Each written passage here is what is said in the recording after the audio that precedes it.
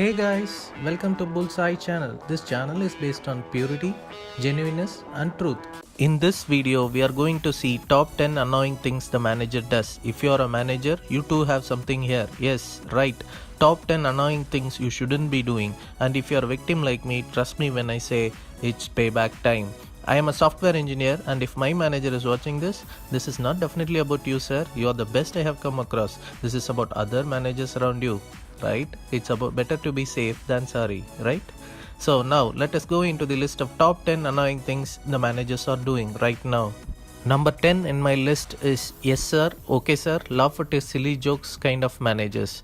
I have come across a manager who always would like to hear yes, okay, and he doesn't like if he is corrected or turned down. Sometimes this is not even for actual work. It is sometimes as silly as whether a movie he watched in the weekend is good or bad. We just have to nod yes. Next is even worse. We have to laugh out loud for a joke that is as old as grandma cooking medu vada joke.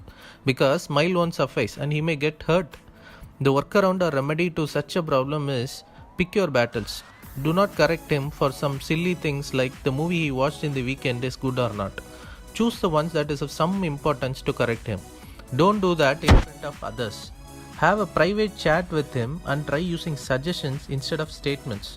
And more often than not, offer him a solution because no manager would like to be questioned. They would always require some solution from which they would pick something from. Number 9 in our list is the managers who pretends to be our friend. This is the most annoying thing a manager does. By pretending to be close to us, he tries to extract work from us. He somehow thinks that he is a genius in doing it. He, the manager, by moving with us closely, finds out about our whereabouts, whether we stay close to office or whether we stay at a long distance from office or whether we are with our wives or alone. This will help him in assigning some late night or overtime works. Some remedy or a solution to this problem would be you should understand that you can never be friend with your manager. Managers are managers. Just have them at a safe distance from your personal details. By safe distance, I didn't mean totally distancing him. Just do not let the talks get personal. If you want to have a coffee break chat, have it with your trusted colleague. This will help you have a healthy manager-employee relation. Number 8 in our list is the manager who promises but never delivers. I have seen managers who promises promotion, on-site opportunities, hike in salary, but they say that only to extract work from you. When the work is done, we usually hear, I tried my best but the management is not ready to listen. I couldn't find a workaround for this, but in my experience, I would say you have to evaluate the person better. You could just look at the person's behavior and identify if he is trustworthy. Number 7 in our list are the managers who find silly problem solving techniques to a problem that is almost already solved. Some managers are so innovative in finding a plan to solve a problem. They sometimes go to the extent of making a developer and tester sitting together so that as soon as the tester finds fault, developer can fix it. So that means less turnaround time for solving the defect. Poor developers sometimes weren't even able to convey that testing and development are two different entities in two different opposite directions and they can never work together. When forced, that will result in more turnaround time than before. We have to digest this. We usually have to say okay and do what we do best. The number 6 in my list is micromanagement managers. They are very famous, right? They will want to know when exactly we will be going for break or when will we be in our desk in morning. More cruel act is that they stand behind us and ask status of our work within very short interval of time. I have seen a manager who pointed out to me that I am 5 minutes late to office.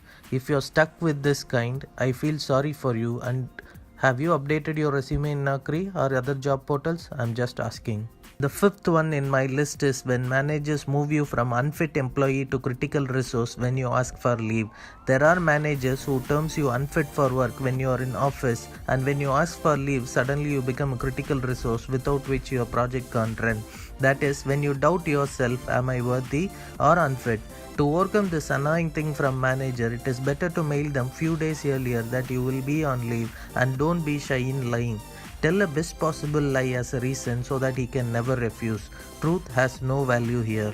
The fourth one in my list is employee self-evaluation meeting that we have with our manager.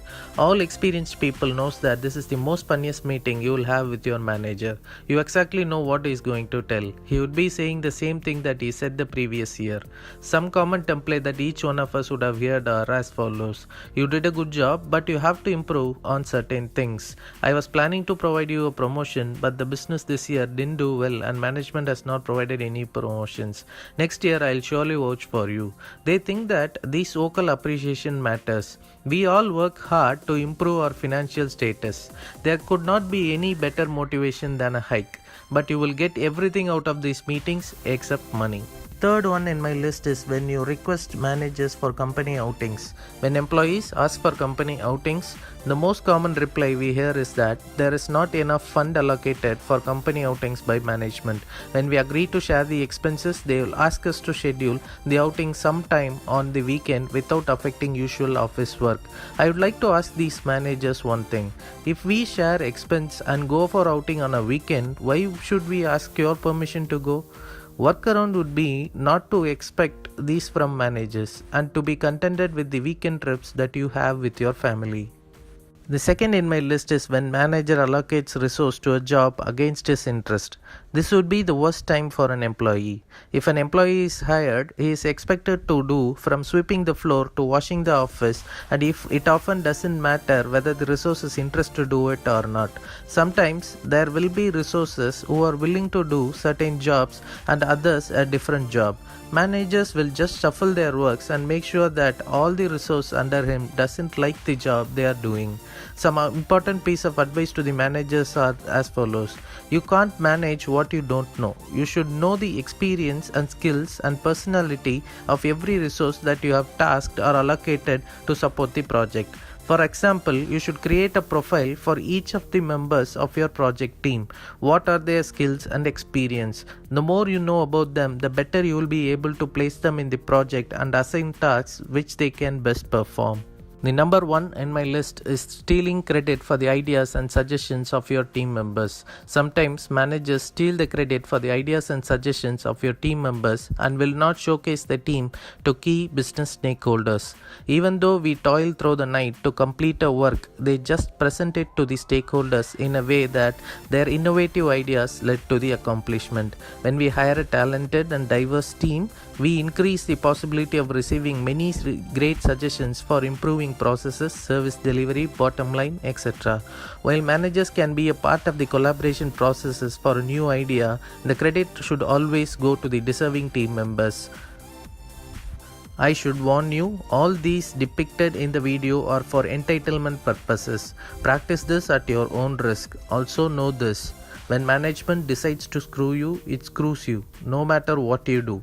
If you have faced any of these problems with your managers or a new one, please do let us know in the comment section below. If you do like this video, please hit like. If you want to watch more of this, please do subscribe, and all your constructive comments, reviews are welcome to improve the channel contents.